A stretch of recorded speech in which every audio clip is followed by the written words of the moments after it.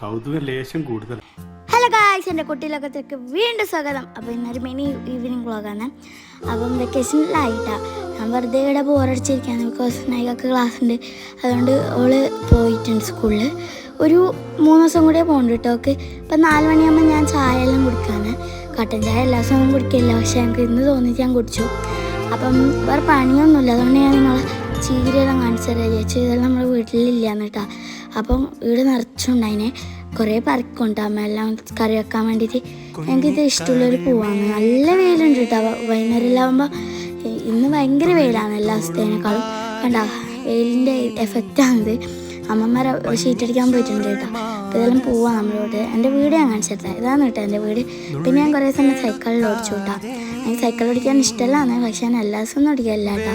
ബോറടിയാണ്. അപ്പോൾ ഞാൻ കുറച്ച് നായിനെല്ലാം കളിപ്പിച്ചു.